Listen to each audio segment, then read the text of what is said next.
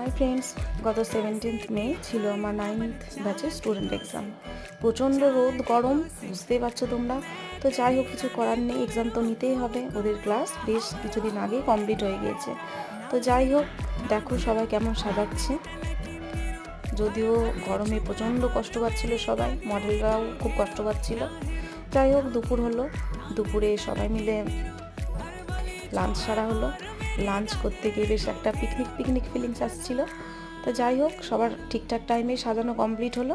তারপর ফটোগ্রাফার একটা জায়গা দেখলো, সেখানেই ফটোশ্যুটটা কমপ্লিট হলো।